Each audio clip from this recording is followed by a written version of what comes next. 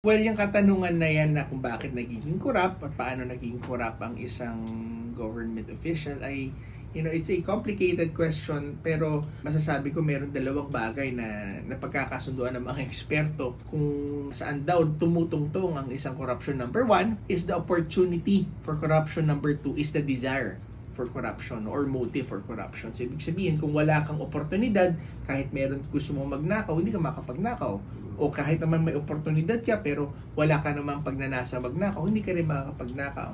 So, ang oportunidad, madami yan kapag ikaw yung nasa kapangyarihan. In fact, sinabi niya, absolute power corrupts absolutely.